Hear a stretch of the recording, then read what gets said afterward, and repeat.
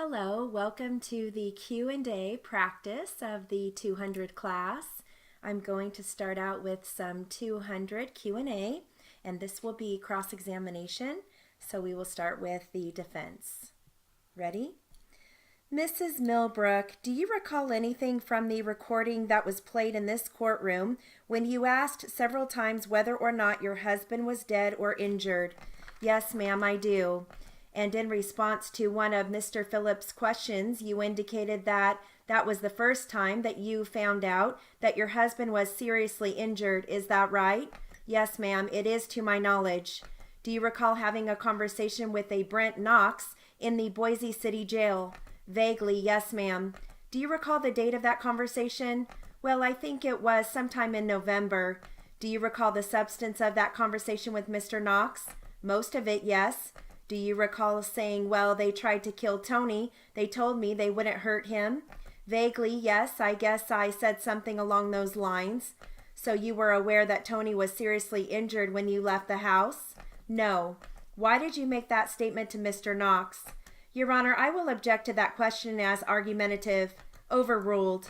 Your Honor, I will rephrase it. Mrs. Millbrook, on that date after you were taken into custody in the city jail, you told Brent Knox that you knew that your husband was either dead or seriously injured. Do you recall making that statement? Yes, ma'am, kind of. You have testified in court today that you did not know whether your husband was dead or seriously injured until later that day when you were interrogated by Deputy Perez. That's when I officially knew his status. That's when you officially knew what, Mrs. Millbrook? That my husband was still alive. Actually, isn't it true that before you were removed from the house that night, they told you your husband was seriously injured? I don't remember. Yes or no? I don't remember. I don't know. Later, at the time you were interrogated, which we have on the tape, you asked if your husband was alive. Is that correct? I think I did. At that time, you made some statement saying, thank heavens, thank the Lord. Yes, that is true. What made you believe Deputy Perez at that time and not earlier at your place or your residence? Because someone came into the room, one of the other officers, and he said that he had received a call from the hospital that my husband was in intensive care. Mrs. Millbrook, do you recall sitting in a squad car that evening? Yes, ma'am, I do. And do you recall hearing a statement over the radio of that squad car that there was a shotgun victim at 908 Skyview Lane? Well, now, how do you expect me to remember all of this? Objection, Your Honor. It is assuming a fact not in evidence. Sustained. Your Honor, I am asking if she recalls the statement on the radio. She can answer yes or no. The witness is instructed to answer the question. No, ma'am. Do you recall Deputy Perez sitting in the patrol car with you? I don't really remember what his name was. Was that man in the squad car with you in uniform? No, ma'am, he was not. Was he in civilian clothes? Yes, ma'am. Do you recall Deputy Perez telling you that you were under arrest for murder? No, I don't remember that. Your Honor, this assumes a fact not yet in evidence. Your Honor, it calls for a yes or no answer. Proceed, Mrs. Delaney. Mrs. Millbrook, do you recall being told by Deputy Perez at your residence after the shooting that you were under arrest? No, ma'am, I wasn't told I was under arrest. You don't recall being told that you were under arrest? No, ma'am, I don't recall that. Mrs. Millbrook, isn't your testimony that at that time you broke down and began intermittently crying and screaming at Deputy Perez? What would you do? I was upset. There were policemen all over the place. My hands were handcuffed behind my back. I was forced to lie down on the back seat of the squad car. I was crying. I don't recall making any statements. I did not believe that the gun had discharged. You have indicated in response to some questions presented by Mr. Phillips that you and Brent Knox left the house and went for a drive on this Sunday in question. Yes, ma'am. Could that have been Saturday? No, ma'am, it was Sunday. Are you positive it was, say, Sunday? Yes, I am positive. Do you recall having a conversation with Brent Knox regarding some stocks and securities that your husband, Tony, planned to transfer to your name? I recall no such conversation with Brent. You never made that statement? That's the most ridiculous thing I've ever heard of. Okay, we will switch transcripts. This will start with the court. Ready? Okay, what's the name of your case? Netter, Netter. Netter, okay, we can take it up. That was scheduled for a settlement conference today. Settlement conference.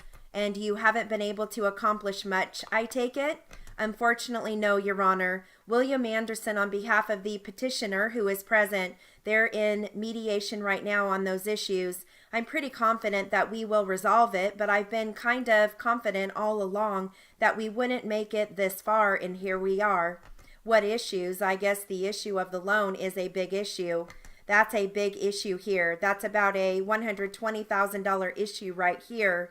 We would hope that we would be able to resolve this, but it hasn't happened yet. We'd hoped that the other side wouldn't make us put through what we know or have to prove documentarily what we feel that they know happened, but it doesn't appear that that is going to occur. We're going to need some more time. That's now set for trial. It's set approximately 10 days away, I believe. Trial is set for August 26th. August 26th, what's your pleasure? I would first of all object to any kind of a continuance of trial at this time, mainly because my client has had to go to a great deal of expenses to be here this entire day. We have fully been prepared. We've got our statement of issues. We've got our statements of our income and expense statements. We have our assets and debt statements. Did you deny that there was a loan in your response? Yes, we did deny that in our response. Again, we did not discuss this or set this matter. What will a continuance avail to you? Well, Your Honor, I'm confident that we can come up with a copy of a check from Sophie Netter, that's my client's mother, to the parties. It's indicated from my client that loan is written out on that check. That would be the one bit of documentary evidence. Also, I believe that we can locate, I'm sure, my client is confident that the respondent has the canceled check showing that the parties paid $20,000 to Mrs. Sophie Netter as an interest payment, interest-only payment, when they refinanced or sold the original house that they bought using that money and purchased the house that they have now out in Moreno Valley. When was that done? That was done in 2008 or 09, I believe. My client denies that there was any such payment. My client left the home in October of 2015, and she left with less than $1,000 worth of property. There still remains in the home approximately $117,000 to $118,000. Your Honor, we're getting off again here. Now of goods and equipment, she didn't get any papers, and she didn't get a checking account, any materials. She doesn't know what the loan balances were. She has nothing. So she is at a loss where this claim that she has some kind of a check is coming from. We can trace it back through. My client says that there are several accounts that they had in transition from moving from Garden Grove, I believe, to here. So we're going to have to get through this. How much time do you think you'll need? If we can find, so far as the original check is concerned. If Mom is available, you can call her, and if she hasn't destroyed it, she ought to be able to find it within a week. Well, that's the problem if Mr. Netter's mother is ill. You've had your sisters looking for the check, haven't you? Yes, and they've been more concerned with Mom's health right now than finding a canceled check. So that is the problem. I don't know whether or not we would be able to find it around the house. If not, we have two avenues open to us. One is to go to the bank where it was drawn, and hopefully get those records. Was it drawn from a savings account? I don't remember at this time, Your Honor. So we would have to communicate with his mother. Now, is she physically ill, or does she have some mental problems too that might affect her ability or reason?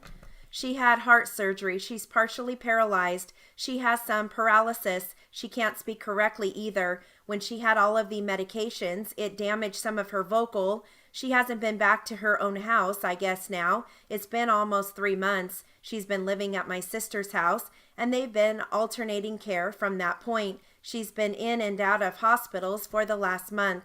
Well, it may be that the continuance is not going to improve her condition at all.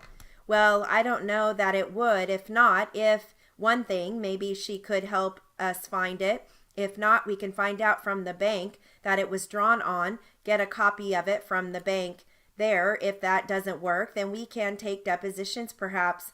not of his mom, because she's not going to be able to respond too much in a deposition, I would think.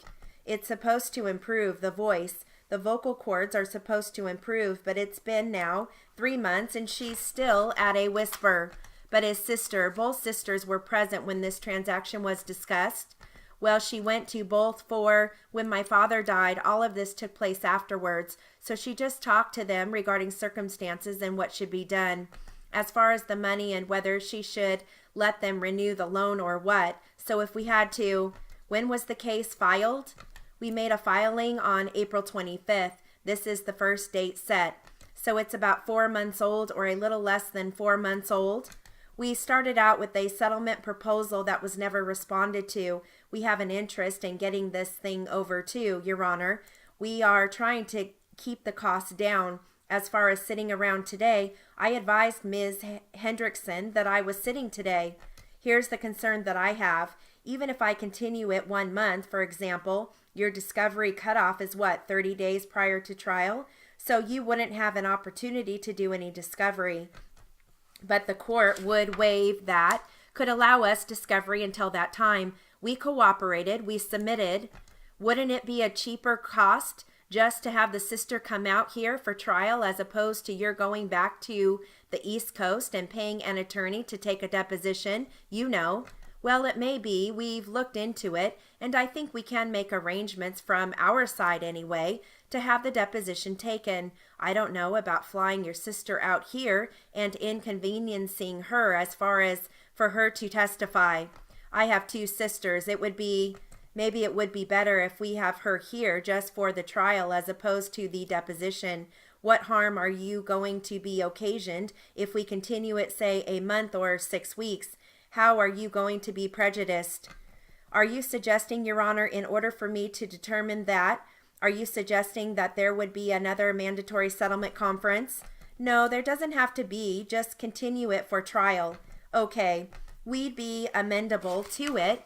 And either way, Your Honor, I think once we get this stuff, if it shows, if we can't come up with some documentary evidence, then it's something that we are probably just going to have to submit, and we'd have to have the trial on that. But if we do come up with the documentary evidence, I hope counsel would recognize that and say, okay, this is what it is, and that would resolve it. You want a settlement conference or not? Well, my client cannot afford to engage in this kind of litigation. The prejudice to my client is, first of all, that she has to continue to miss work, and she can't afford that. And I believe here that it's the petitioner's responsibility to, whatever you're going to have, you didn't settle it right. You need a trial date, so she's going to have to take off for trial one day or another. I'm just wondering, how would you be prejudiced by having a different date for trial?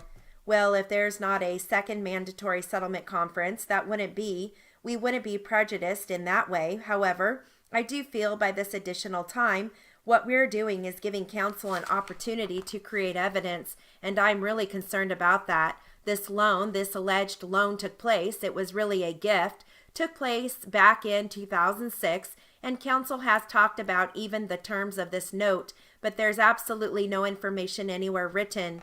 Well, we don't know. He says there is, and he believes there is.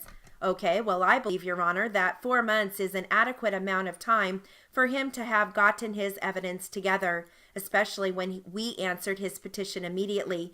And then he's the one who set it for trial. We did not, and my client cannot afford to fly back and get depositions or conduct, a major discovery campaign on a $123,000 equity in the home. Well, I suppose when you bought the last home, how long ago was it you bought the last home? I believe you purchased it in 2006. I know that the first time was in 06. When was the home sold? In May of 08. May of 08, 3 years ago. It might be that a payment was made in the escrow. How was it? You said that you paid your mother $20,000, was it? We owed her mother money, which we paid. We owed hospital bills, which we paid. We wrote my mom a check out, which we paid. And I'm assuming that all of this went out of the checking account. I assume. What bank did you have at that time? Cal First. Okay. That concludes our Q&A for the 200 class. Have a great day.